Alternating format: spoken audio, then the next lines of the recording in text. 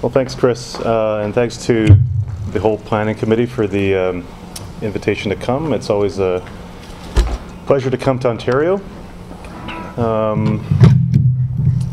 Just want to give you an example of how much this topic of working together and working together for kids and working together for kids' mental health means personally. I was sick all of last week, so I lost an entire week in terms of preparing for this week and everything else going on. En route to the airport yesterday in Winnipeg, those of you that are familiar with Winnipeg weather at this time of year know that it happens at inopportune times. So I actually was hit and run en route to the airport. So I reported it, and I actually had plenty of time because there was a 2-hour delay as they de-iced and cleaned and things. So I had plenty of time to think about the stressors of life and how that facilitates or impedes mental health. So I didn't get in until about midnight afterwards, and then I needed to get to the business center at the Intercontinental to get my boarding pass for whatever, 6 p.m. today.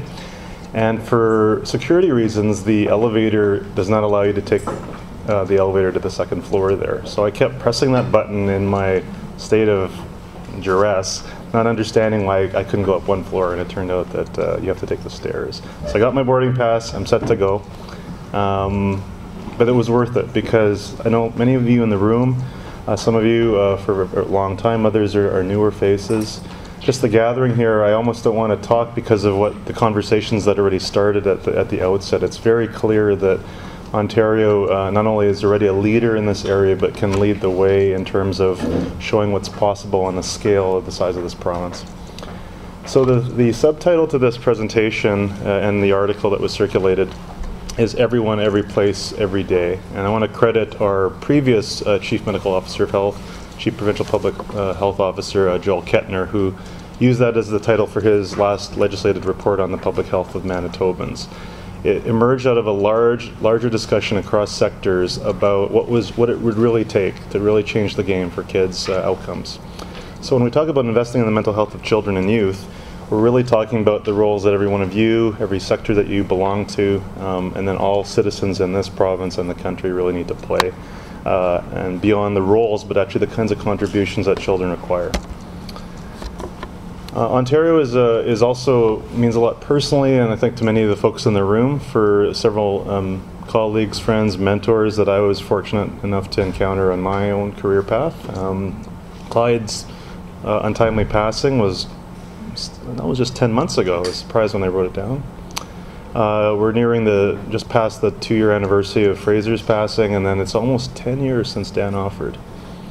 So I want to credit how near and dear Ontario is to Manitoba, largely because of all of your work and the work of giants in the field like these 3 fellows.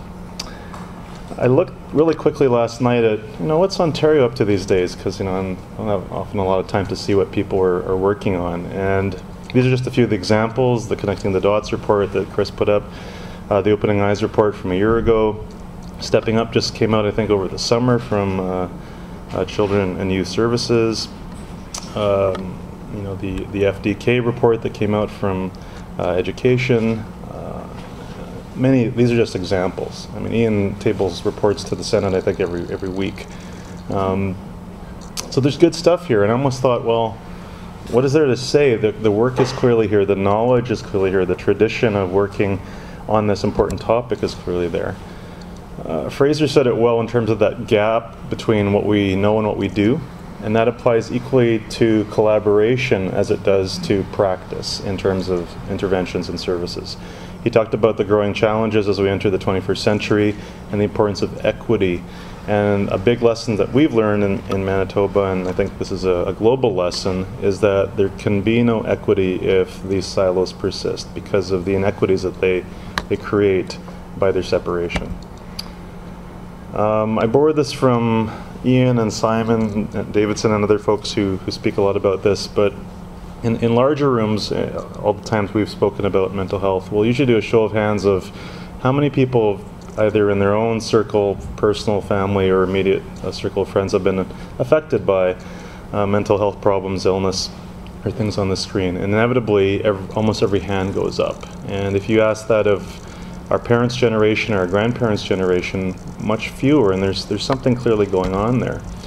the corollary to that question of how common is this experience is the rhetorical question of which children, youth, parents, and families deserve the best that evidence-based practice can offer them. And hopefully the answer in this room and everywhere else is, well, all of them deserve it. Because there's something beyond sheer services to what we need to provide. And so I could easily stop there. There's a few places where I'll stop if I'm over time. But let me go on. Carol Shields wrote the foreword to a book that it's almost 15 years ago now, over 15 years ago, called Our Promise to Children. Dan Offord and others were co-authors of that. And she talked about this irony of our country, of the precious resource of our children, and the need to have this kind of plan going to the next millennium. It reminded me of the famous quote, which is referenced in the Mental Health Commission and Senator Kirby's report, The Shadows, where it's really, especially for the civil servants, the public servants in the room, but really for all of us that have elected our governments, is that around the moral test of government, how it treats those in the dawn of life, our kids, those who are in the twilight of life, our elders and seniors, and those in the shadows of life, including those affected by mental illness. Those of you that see me present before know that I voiced baby pictures as a requirement for presenting, and my favorite word in the whole world. These are my kids actually 6 years ago now, so I'm past the ECD stage. This is them 1 year old, the hillbilly teeth just coming in, they've all fallen out now, as quick as that. And as you probably already know, and I think everybody knows already, that ECD, early child development, is a big part of that story. So this is them the other day with my mom, and just the intergenerational story is hugely important. In Manitoba and probably in Ontario, the two fastest growing age groups are elders and then the preschoolers. And so that transaction, the collaboration, the working together, the conversation between those two silos of age are imperative to bridge. So let me get to the take-home messages if we run out of time. I always try to cram in too much material. This is a twist on there's no health without mental health. And it's very clear, as I hope to reinforce today, I think you already know this, that there can be no mental health without public mental health. And part of that is very clear evidence now, just based on sheer numbers, that we cannot treat our way out of the problem. Second take-home message, which many of you already have been working your whole careers on, is about investing in early childhood is equivalent to investing in lifelong mental health. That's about increasing nurturing environments, decreasing adversity, toxic stressors, and then building executive function. And we'll say a bit more about those, sort of the troika in a second. Third take-home message is around today, and what many of you have been doing for a long time, but you need to do to a whole different level if we're to tackle the challenges that our children are facing in 2013 and beyond, is that we have to work together so that mental health becomes everyone, every place, every day's responsibility. And this is about innovating and evaluating to reduce both incidence and prevalence. We spend a lot of time on the prevalence end, and the old upstream story about not doing anything to prevent onset, new cases, new issues is something that we have to keep sight of. And so this idea of everyone, every place, every day is echoed in Eleanor Roosevelt's quote when she was the first chair of the UN Commission on Human Rights, after being the first lady in the US, is really talking about the small everyday places of life. That's so small that they can't be seen on any map. But those are the places, that's where mental health occurs. That's where we need to work. It's not just about our day jobs, although it's a big part. It's not just about what service or program we're delivering, but how do they interface? How do they create the kinds of worlds that our children deserve, that their mental health requires? From an equity standpoint, dignity without discrimination. So, it wasn't that long ago, folks that have spent their whole careers in the mental health area know this, that it's only been relatively recently that the mainstreaming of mental health. You've got it on the cover of national magazines. The Walrus and Royal Bank have been facilitating cross-country conversations and dialogues about this. You've got provincial strategies, some of ours are on there. You've got this phenomenal fundraising campaign by Bell Canada last year. And of course the Mental Health Commission's foundational work. We had the first ever mental health summit hosted in Winnipeg, following a commitment of the premiers and the Council of Federation in summer of 2011, really focusing on mental health promotion and mental illness prevention and looking at the leading edge science and how that could be mobilized. And Steve and others were present at that historic day. This past July, in your own province, the premiers gathered and they confirmed, reissued an even stronger statement about how important mental health is for a fair and inclusive society. I'll just read what was in the communique at Niagara-on-the-Lake. Premiers recognize the challenges associated with mental illness and its effects on all sectors of society. They highlighted the importance of an integrated and coordinated approach to mental health services within each jurisdiction. Building on discussions at the 2012 Mental Health Summit held in Winnipeg, premiers directed ministers responsible to host a meeting of private and public sector leaders on workplace mental health and wellness in 2013. And then the key, premiers also directed ministers to continue to develop best practices for mental health promotion and mental illness prevention and identify how approaches, treatments, and supports can be shared across jurisdictions to reach all individuals and communities, including in Aboriginal and remote regions. So again, for ADM, senior officials, and fellow public servants in the room, there's no question about where the direction is coming from as government officials. It's coming straight from the top. Huge consensus from your own premier, from ours, and every premier at that table. That's historic, and that's something that we often need to work together in different ways.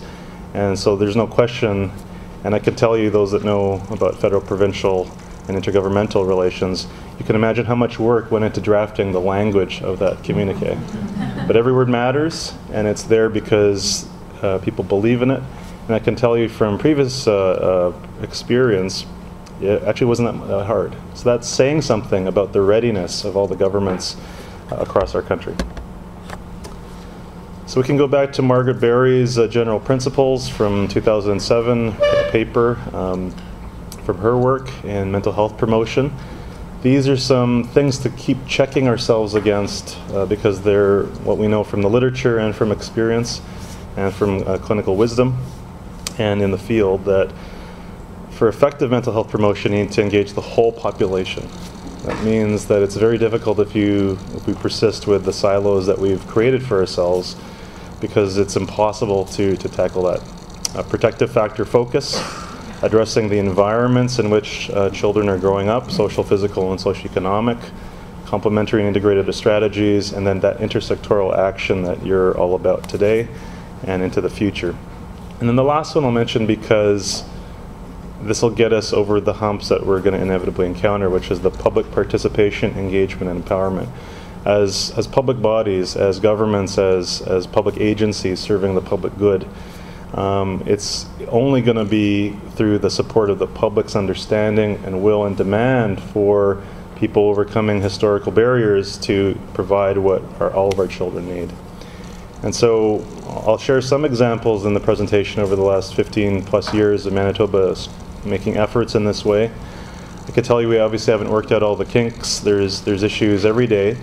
But there are some things that we've learned that hopefully will be valuable as we really see ourselves as fellow travelers with Ontario, with our sister province. And hopefully there's something of value for you today and as you take the next steps in the days and weeks and months to come. So I'll say one piece that was very important, that was initiated by our current premier when he was finance minister, and this took some years. And I want to start by a rhetorical question, which is, should it take legislation for us to work together for our children? You don't have to answer that. It was seen as important to do this partly because sometimes the answer to that question is yes, that sometimes people find it challenging to converse and collaborate. Part of it was for sustainability purposes, because all of you that have worked in or with governments know that the churn and burn of government cycles.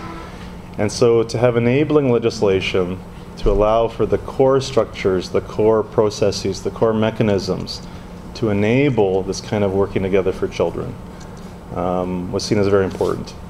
That provides some comfort not only for government officials and civil servants, but also for community partners who also struggle with the repercussions of the ins and outs of government. And so in 2007, the Legislative Assembly proclaimed the Healthy Child Manitoba Act, which basically legislates structures in government and in community about working together, a focus on prevention, early intervention, evidence-based approaches, and evaluation, and then some very helpful enabling legislation around sharing data and information for planning, for monitoring, and evaluation in terms of looking at what's working across sectors over time, so horizontally and longitudinally, as kids grow up in the province. And then lastly, the all-important public reporting requirement, so that there's always a check and balance to the public to keep the government feet to the fire. So thinking about well-being in its broadest sense, including mental well-being, the etymology of those words is rooted in wheels or wholeness or holistic approaches. And so it's been very clear, and this was part of the dialogue we understood from the premiers at their Council of the Federation meetings, is about whole-of-government approaches to children and youth. How essential that is and how important it is to make sure that that signal, that symbolism, that directive comes from the most senior levels of government, from the cabinet. And so here we've got the current members, the 10 ministers of Healthy Child Committee. We just had the biggest, single biggest cabinet shuffle in Manitoba's history about a month ago, so there's some new faces here. What I can tell you from a longer term perspective within the cabinet room is that many of these cabinet ministers, when they first came into the legislature as members of the assembly, were invited to that table. So it operated a little bit different than typical cabinet committees. So this acculturation process, right at the beginning of an elected official's career, was hugely important. Many of them went on to become health ministers, education ministers, children's ministers, but acculturated in a belief that this was the only way to work. This is a necessary way to work together if we were to achieve the kinds of outcomes that they were elected to achieve. And so I can point to past chairs of the committee on this group, but any ministry that you would think would be involved in the lives of children are on the committee. Aboriginal Northern Affairs, Education, Family Services, Health, Healthy Living, Justice, Immigration, Labor, and then a new department called Jobs and the Economy.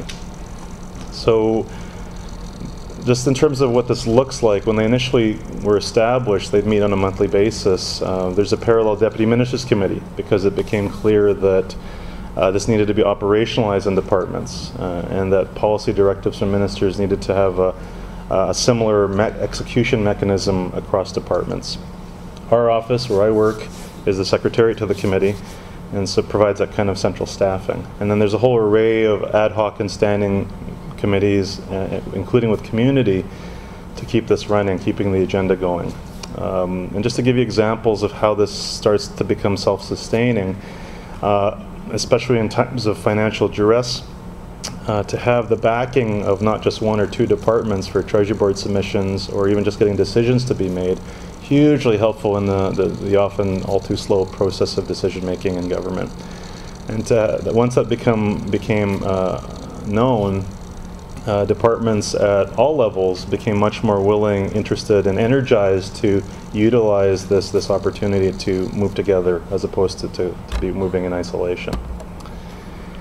Another way of thinking about this, the long view, is this idea of mental health as lifelong and intergenerational. This sort of framework has been useful from the beginning about thinking about transitions over the life course, a focus on outcomes including mental health, and thinking about what that continuum needs to look like. And then the perennial sort of concentric circles model, which, if you take this seriously, this ecological multi-level approach to how children develop and grow, there's no place here for the silos that we've created in every sort of democratic government in modern life. And so what does it look like to really put kids at the center of public policy has been the effort that we've been working on for a decade and a half.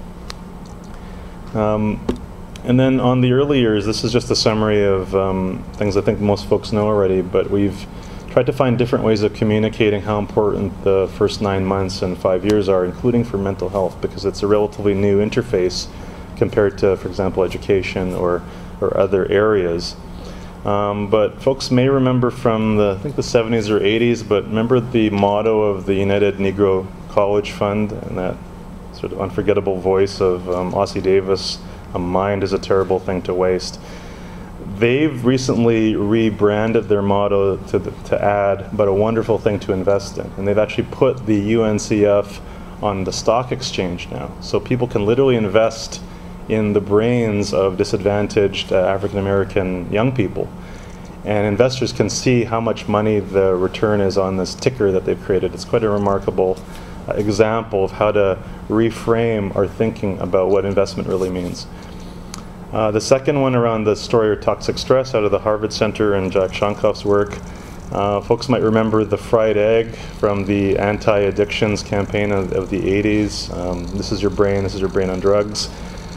Again, that image has been helpful for us in terms of thinking about that as the brain on toxic stress. Say more about that in a second. But then a reframing of the recycling environmental movement around reducing toxic stress, refusing it, and not recycling that toxic stress because of the intergenerational patterns that often occur.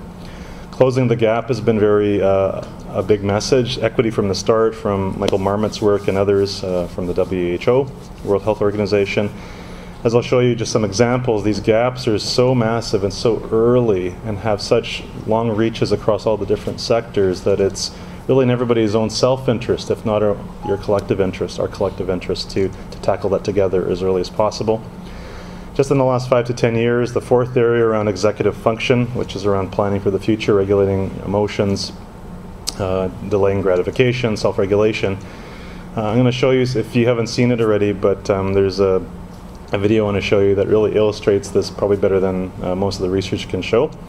And then lastly, this new way of framing the kinds of nurturing environments, the serve and return interaction between caring adults and babies, and then the serve and return of children as they grow up, service back to the community, and the return on the investment to themselves and society. So this last part here, which is the longest part of the presentation, and we don't have to go through all of it, but I wanted to give examples of previous and current evidence that has been really useful in keeping people together, because there's usually two things that we found really essential. One is that the shared valuing of children, that children's interests are often a way to bring people together to a common table, very much like today. But it's been the science, at least for our province, that has really kept people together. The innovation of it, the breakthrough discoveries, the seeing things in a different way, but pointing to things that might tell us about how to do things differently. And so I love this quote from the 1930s. Walter Lippmann was a reporter who was always on FDR's back in terms of policy during the Great Depression. And he's got a great quote about the role of evidence in public policy and the public good. He talks about, unless we are honestly evidence-based, we greatly imperil the future and leave the great questions of society to the ignorant advocates of change on the one hand and the ignorant opponents of change on the other. And so the implication, of course, is that we need a tiebreaker often between warring ideologies or beliefs, and those matter hugely. They often matter more, as you know, in public and internal decision making than the evidence, but it's one way of bringing some dialogue together, a common place to bridge those two factions. And so I want to highlight, and I've intentionally, we love acronyms in government and in services, so all these words start with E, and there's at least 7 lines of E, evidence, that have been really instrumental in keeping people working together around children, especially around the mental health agenda. Epidemiology, economics, early childhood, epigenetics, executive function, ECD interventions, and then something called evidence-based kernels, which is a different way of thinking about interventions. So I'll just go really quickly through some of this if that's helpful. A quote from Michael Rudder, Professor Sir Michael Rudder. He says, what about implications for policy and practice? In seeking to answer this question, it's necessary that the magnitude of the challenge is accepted. Over the course of the last 50 years, there has been tremendous improvements in the physical health of children and the life expectancy of adults. is chastening to realize that there have not been parallel improvements in psychological functioning or mental health. On the contrary, psychosocial disorders in young people have tended to increase in frequency over the last half-century. If we had a proper understanding of why society has been so spectacularly successful in making things psychologically worse for children and young people, we might have a better idea as to how we can make things better in the future. To succeed in that gargantuan task, we need a diverse set of research strategies. He first wrote about this in 1995 in a huge, expensive book published back then. He reissued this in a presidential address to the Society for Research and Child Development. And this is still so. In fact, this has just grown in truth since he wrote about that about 10 years ago. So you all know, I think, this finding from the National Comorbidity Survey, Ron Kessler's paper in 2005 that looked retrospectively at the age of onset of adult mental illness. And if you look at it, about half of all adults today with a mental illness, that started for them when they were age 14, 3/4 of them by age 24, with the very clear implication about where things start and where intervention needs to take action. The World Health Organization passed a resolution this past May for a new global mental health agenda because of what I'll show you in terms of the global burden, which I think really inspired, the Opening Minds report in Ontario. So you already know this from the work of the economists here, that in Canada it's a $51 billion cost. That's the entire GDP of my province and greater than 7 other provinces and territories in the country. Massive, massive economic cost. In Europe, it's staggering. It's almost 800 billion euro. That's $1 trillion, the $1 trillion brain drain. This is a global cost driver. The global burden of disease study that the WHO does periodically, this is just to illustrate in USA in the blue, Canada and the UK in red and green, the comparators between cancer and heart disease compared to the burden of illness of mental illness. And you can see that at least in these countries at a country level back in 2004, stacking cancer and heart disease is not even as high as the mental illness burden for many reasons. And it's not to compare suffering, but we should compare the public perception and support and engagement about these different health conditions. There's no stigma or shame or lack of action by comparison in the cancer or heart disease realm. Lots of public support. Prevention is clearly a big agenda item, as is treatment. Big fundraising efforts, huge partnerships, and we are moving towards that, and we need that for the mental health cause. Chris has already reminded you of the report, First in the Country, that a province has done. Every province should do this, because it's clear too from, I think, your own experience and ours that it's harder to ignore evidence the closer to home it is. It's one thing for the WHO to publish a report about countries, but surely that can't be true of my own province or my own community.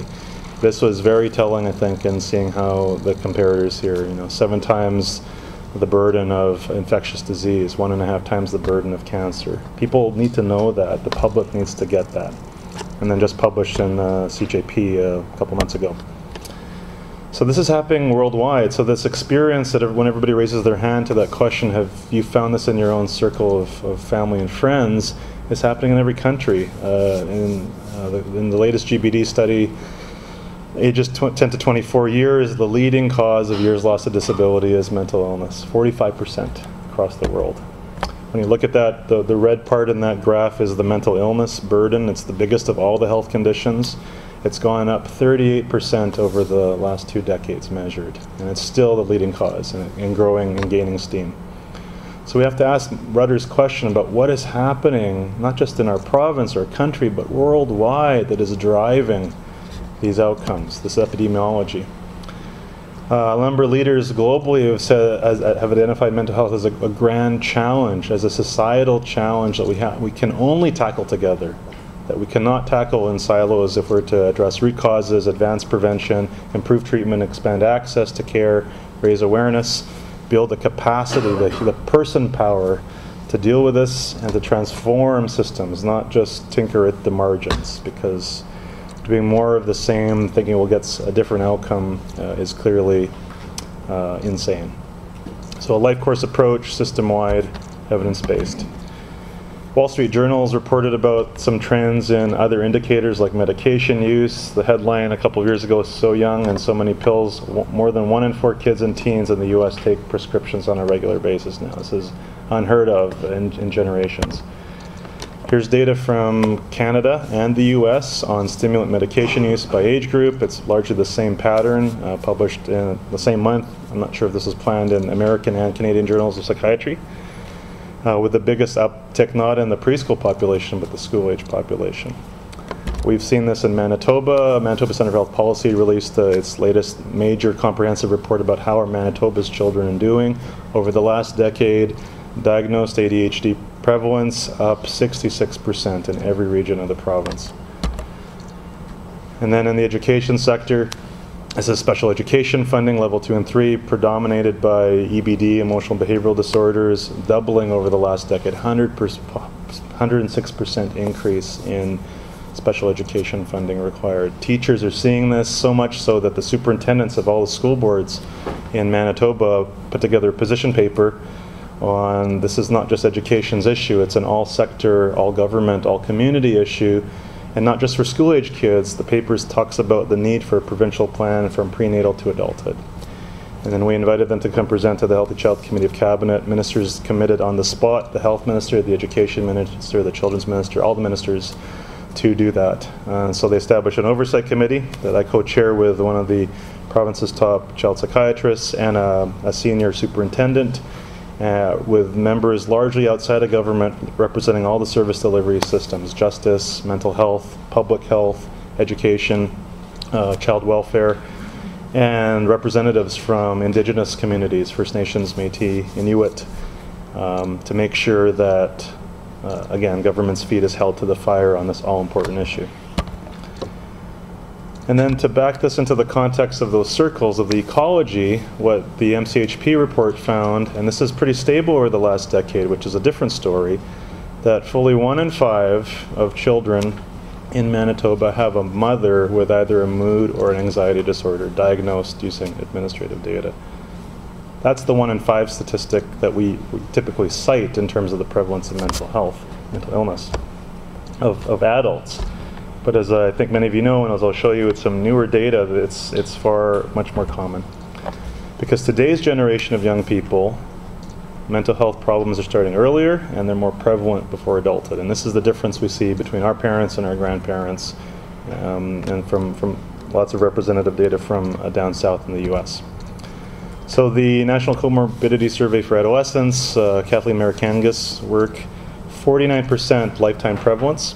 I don't know if John Kearney's here, but that's all obviously over the first 2 decades of life, collected retrospectively with cross-sectional data. You can see the red is anxiety, the blue behavior, green is mood, and the purple is substance disorder with the bump up in early adolescence. When they re-looked at that in a more recent paper, the staggering finding, the past year prevalence for adolescent mental illness is 40%. The past 1 month prevalence is the 1 in 4, 23%. So happening earlier, much more prevalent. If there's good news, there's an episodic quality to this rather than this happening chronically, persistently throughout the first 2 decades. But the prevalence is high, the persistence is there, and it's changing understanding about what mental disorder looks like. And then probably the strongest example of this comes from a longitudinal epidemiological study. It follows the kids as they grow up, the Great Smoky Mountains study, which is basically finding what everybody's already feeling and what we're seeing globally, which is that mental health problems, mental illness is a nearly universal experience. Nobody would balk if I put up data showing that over the first 2 decades of life, almost every child will encounter a physical ailment or illness of some sort. And yet there's still, I even feel it when I say it, there's still a doubt or a dubiousness that that could possibly be true for mental health problems. And yet it is so with the data. So with well-specified DSM-4 diagnoses, I won't talk about DSM-5 today, so you got 61% by age 21 meeting criteria over the first 2 decades. Each of the colored bars shows different age cohorts because Jane Costello and colleagues kept trying to find when this kept being stunned by how prevalent their youngest age groups were, so they kept adding younger groups to the mix, 42% with any substance disorder.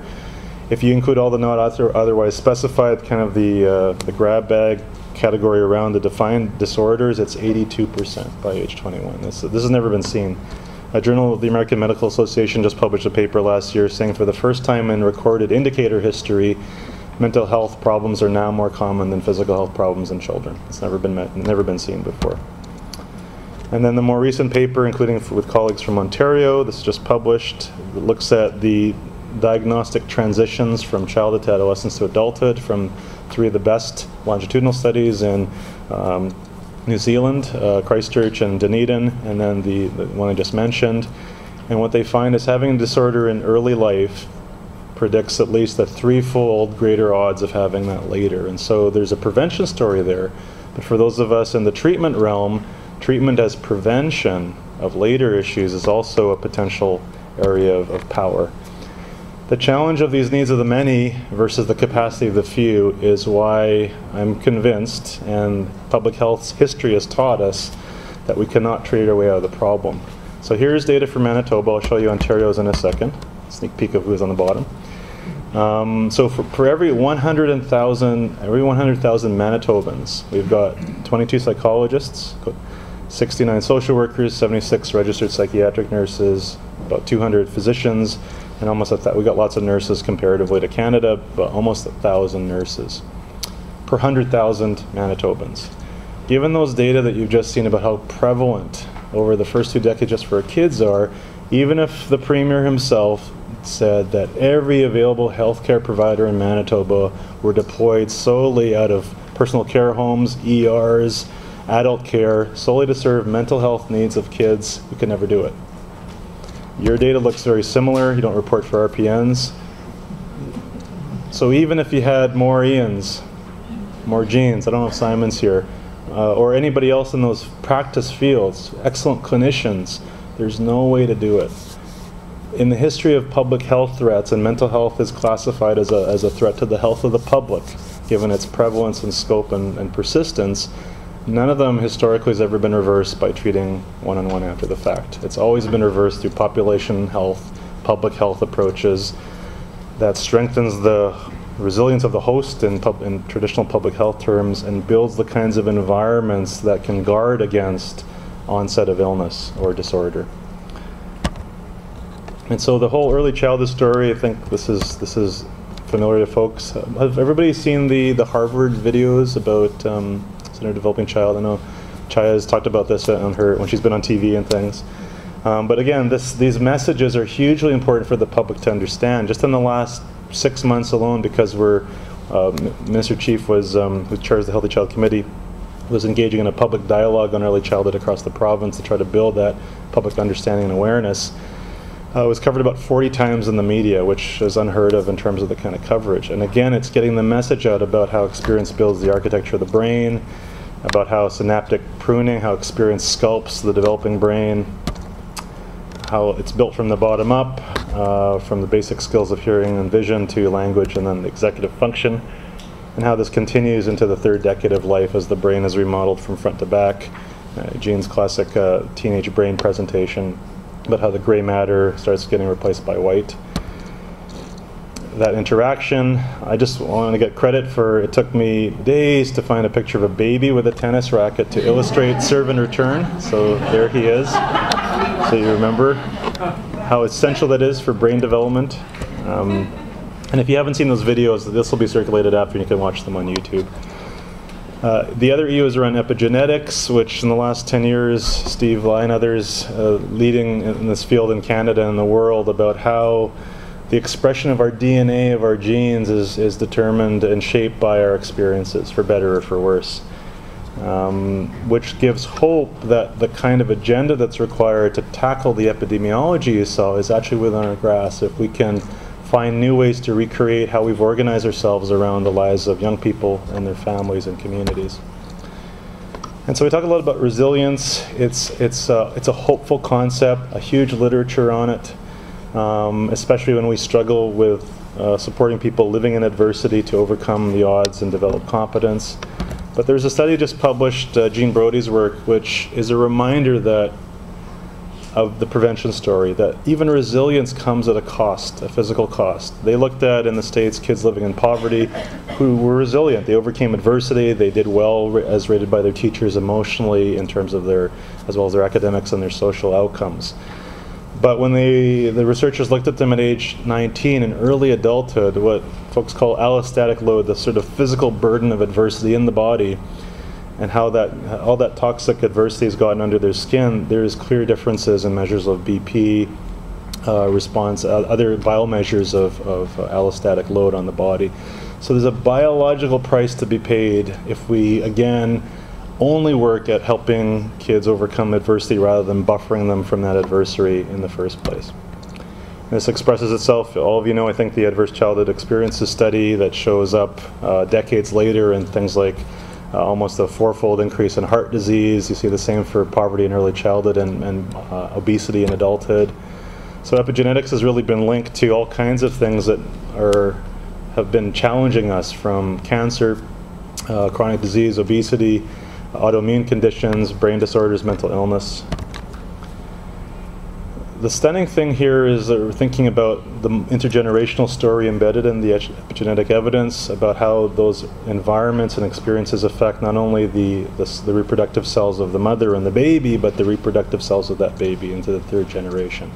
So a question we have to ask ourselves as communities is, what are the epigenetic messages that we're sending our children? Because the data is starting to assemble a story that the adaptation to life of adversity is what is giving rise to many of these challenges, including in mental health. Amy Bombay from Carleton and other Indigenous researchers are now tying that epigenetic intergenerational trauma story to our tragic and shameful history of colonization and the residential schools, and that toxic stress story. Fried egg. I think Gene and others have seen the still face experiment. This is Bill Tronick's work at Harvard that shows the serve and return, and then the mother just sort of shutting down for a few seconds and the baby just struggling. And we use it as an example, and it's a tough one to watch if you haven't seen it, so I'll warn you before you watch it. In a matter of seconds, you see what burden occurs in terms of child development. And you can imagine with children and families facing adversity what the cumulative load of that looks like, and how that may or may not express itself in being able to deal with stress and develop good competence. There's new evidence, Joan Luby's paper showing this, the poverty having a strong association with decreased volume in the brain, white matter, gray matter, the hippocampus, the amygdala, basically things governing learning, emotion, but buffered by caregiving, by nurturing. Chuck Nelson, one of the top neuroscientists, talks about thinking about exposure to early life adversity as no less toxic than being exposed to lead or alcohol or cocaine, and meriting public health attention. So the whole poverty reduction agenda is huge. There's evidence showing that these toxic stressors from poverty lead to higher amygdala activity and lower prefrontal cortex at age 24, which again is this area that governs emotional regulation and the ability to cope day to day with stress and negative emotions, including living in adversity. And this may be why you see these relationships with mental health outcomes of early adversity, things like alcohol and drug use as potential alternative and unhealthy ways of coping. In Manitoba, and I'm not sure if you looked at your own postpartum screening data, but we find every year about 1 in 4 babies across the province off reserve born into toxic stress, 3 or more of those toxic stressors. 2 out of 3 Aboriginal babies in Manitoba. It's 3 in 4 First Nations babies. 50% of Métis and Inuit babies. So the whole story begins in those first 2,000 days, and thinking about what we have to do as early as possible is really the duty of all of us as public servants and as members of our community. And then again, we have the same results for the EDI, which originated in Ontario. And it's not surprising that the Truth and Reconciliation Commission, Recommendation 8, is all about early child development programs to reconcile those injustices and create a new generation of opportunity. For the school community, it's been very helpful for them to know that we can forecast later academic outcomes at kindergarten and backing it even into birth from a paper we released recently. And looking again at conditions of toxic stress, the tale of 3 at-risk groups, kids living on income assistance, in the care of child and protective services, or born to teen moms. Stunning to many is 1 in 3 Winnipeg 5-year-olds is in at least one of those groups. When you look at their EDI results, they're up to twice the gap at age 5. The same groups, by the time they graduate high school, a 5-fold difference. 84% of kids in all 3 will not graduate from high school, even 7 years after grade 9. And then in their own adult outcomes, you see the same for whether they end up becoming teen parents or going on to income assistance, 7-fold gap. So the question is, how much wider should the gap be before we act swiftly and effectively? And we know this from the research on language development. That gap has been detected now. Anne Fernald's paper just released earlier this year at Stanford. 18 months, you can see that language gap already, years before they come to school. So by age 24 months, there's already a 6-month gap between the rich and the poor children. 25% of that child's entire life already lost because of our failure to act. And now another paper showing that by under age 9 months, you can see differences in functional brain development between children in poverty and the more well-off. I think everybody knows the marshmallow test. If you haven't done it, watch the video and see if you can do it. Basically test to see if you can wait to eat a marshmallow, if you can get 2 if you wait a little longer.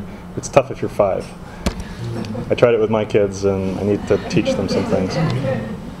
So the Dunedin study showed that self-regulation ability forecasts not just health outcomes, but surprising ones: periodontal disease, STIs, as well as addictions, mental illness, health conditions.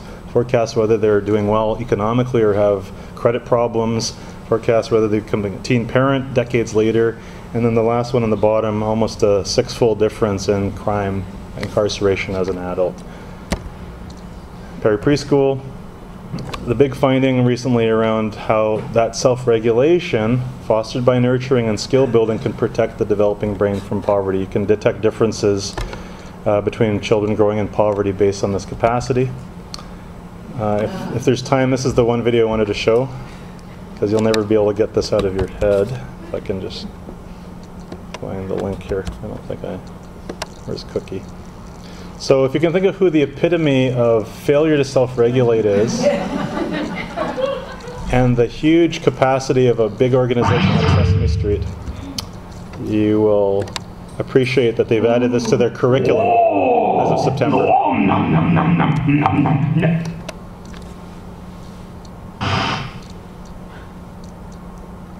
And Sesame Street has put it into practice. So that was, think about how much money goes into the production of Sesame Street curriculum. The population reach of a show originally designed to close the gap between rich and poor kids' academic development back in the 70s. This is the kind of thinking that's needed, and the kind of messaging to the public that could be, and the hashtagging and the tweeting.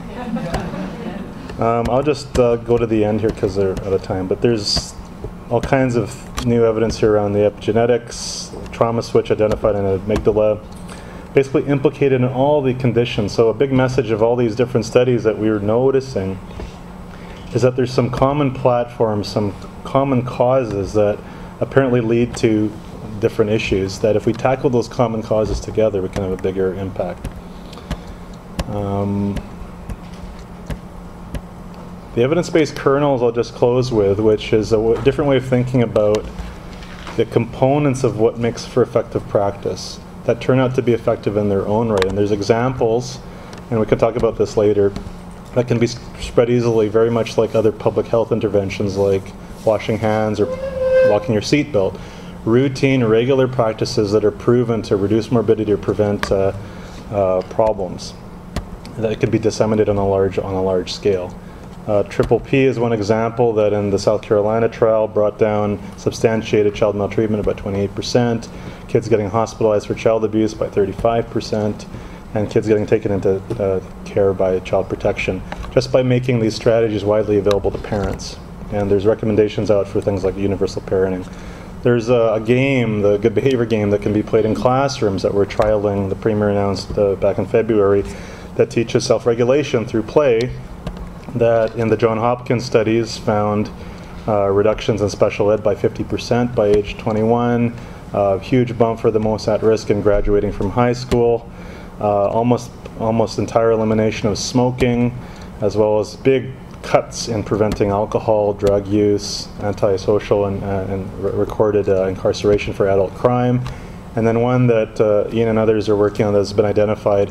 It's one of the few school-based interventions shown to reduce suicidal ideation, thoughts, but also attempts in young people, which was compelling enough for Manitoba to sort of try it out on a large scale. And there's things in depression, there's kernels and mental health treatments, there's therapist-free therapy around cognitive bias modification.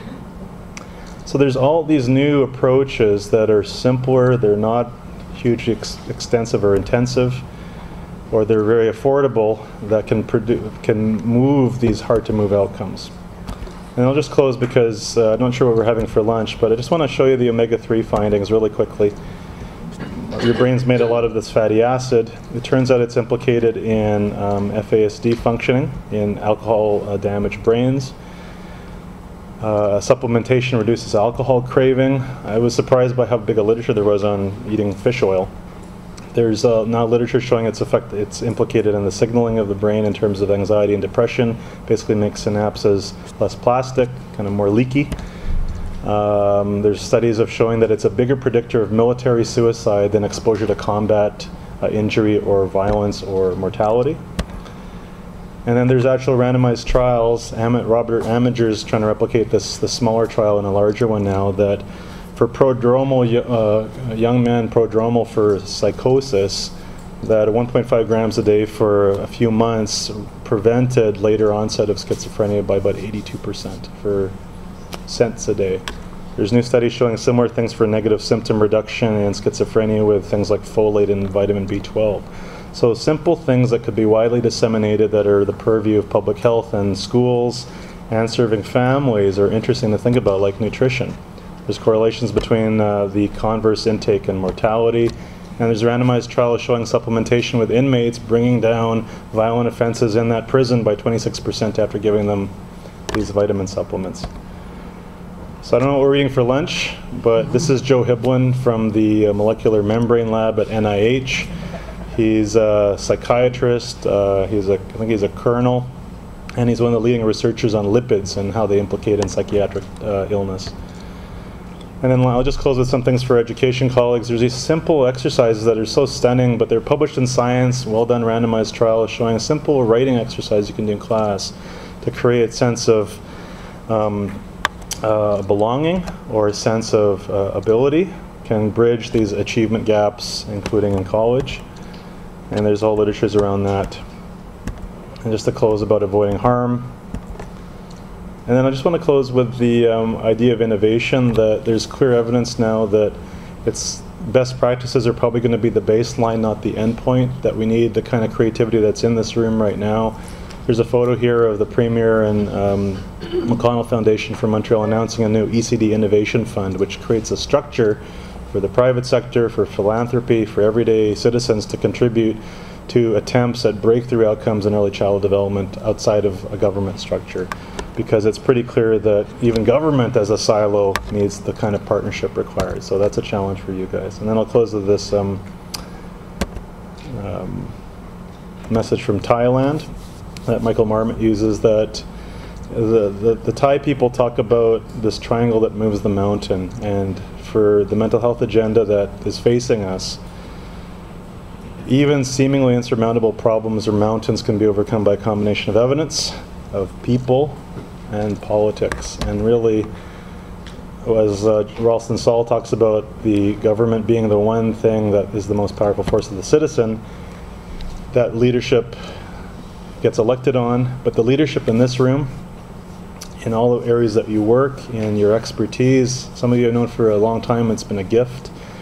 I know you can do it, and you have been doing it, but it's going to take the leadership in all these sectors represented in this room if you're going to do something transformative in terms of the mental health of Ontario children and youth. So I'll close with that boy. I love that success boy. You can all feel like him. And I'll borrow from Obama's first campaign about this, but it's really about giving all of our kids a fair start, their fair share, and the life chances that are every child's birthright. So thank you, and I want to also thank my mom and put up my own credit there. So thanks for the invitation to come.